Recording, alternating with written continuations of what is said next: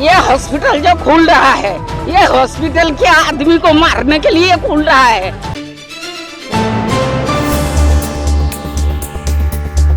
চিকিৎসার গাফিলতির কারণে পশুদের মৃত্যু ঘিরে উত্তেজনা এক বেসরকারি নার্সিংহোমে। শনিবার সকালে ঘটনাটি ঘটেছে উত্তর দিনাজপুর জেলার ইসলামপুর থানার রামগঞ্জ এলাকায়। মৃত ওই পশুদের নাম জ্যোৎস্না খাতুন, বয়স 25, বাড়ি চোপড়ার লক্ষ্মীপুর এলাকায়। পরিবার সূত্রে জানা গিয়েছে শুক্রবার বিকেলে প্রসব যন্ত্রণায় ওই পশুটিকে রামগঞ্জের এক বেসরকারি নার্সিংহোমে ভর্তি করা হয়। সন্ধ্যায় সিজার করার পর পশুটির শারীরিক অবস্থার অবনতি হয়। গভীর রাতের পশুটিকে শিলিগুড়ি মেডিকেলে রেফার করে নার্সিংহোমের চিকিৎসকরা। এরপর পরিবারের লোকজন শিলিগুড়ি এক নার্সিংহোমে ভর্তি করার কিছুক্ষণের মধ্যেই ওই পশুটির মৃত্যু হয়। এরপর পরিবারের লোকজন ওই নার্সিংহোমের সামনে অ্যাম্বুলেন্সে মৃতদেহ রেখে বিক্ষোভ দেখাতে শুরু করে। ঘটনার জেরে নার্সিংহোমের সামনে উত্তেজনা ছড়িয়ে পড়ে। খবর পেয়ে ঘটনাস্থলে পৌঁছায় ইসলামপুর থানার রামগঞ্জ ফাঁড়ির পুলিশ। তবে এই বিষয়ে রামগঞ্জ 1 নম্বর গ্রাম পঞ্চায়েতের উপপ্রধান কামাল উদ্দিন জানান, এটা আমাদের রামগঞ্জের দুর্ভাগ্য বিষয়।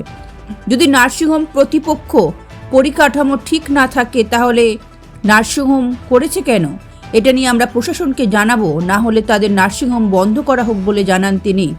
ये हॉस्पिटल जो खुल रहा है, ये हॉस्पिटल के आदमी को मारने के लिए खुल रहा है। ये कौन सा हॉस्पिटल है?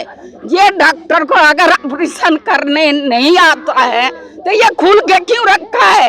ये हॉस्पिटल हमेशा के लिए बंद होना चाहिए। ये हॉस्पिटल हमेशा के लिए बंद होना चाहिए। ये मुख्तार आलम जो है, हकीम का लड़का, इसको ये क्यों सीजर कर रहा है? किस लिए कर रहा है? वो डॉक्टरी पास किया है डॉक्टरी पास किया है, क्यों खोल के रखा है? ये बंद होना चाहिए हमेशा के लिए। इंसाफ होना चाहिए, इंसाफ होना चाहिए। ये बार बार मृत्यु हो रहा है यहाँ पे, इंसाफ होना चाहिए। मेरा नाम आसिरन है। 4:30 সময় পেশেন্টটা নিয়ে আসছিলাম, নিয়ে আসার পরে ভর্তি করলাম। ভর্তি করার পরে 6:30 দিকে সিজার হয়ে গেছে। সিজার হয়ে যাওয়ার পরে 8টা 8:30 সময় আবার ভিতরে নিয়ে গেছে। আমি মুক্তারকে জিজ্ঞাসা করতেছি আমার পেশেন্ট কীরকম আছে। কমসে কম 3-3.5 ঘন্টা ধরে ওকে জিজ্ঞাসা করতেছি। ও বলছে পেশেন্ট ঠিক আছে, শুধু গ্যাসের প্রবলেম। লাস্টে আমাকে 1টার সময় বললো মেডিকেল নিয়ে যেতে হবে। রাত্রে 1টার সময় বলছে আমাকে মেডিকেল নিয়ে যেতে হবে।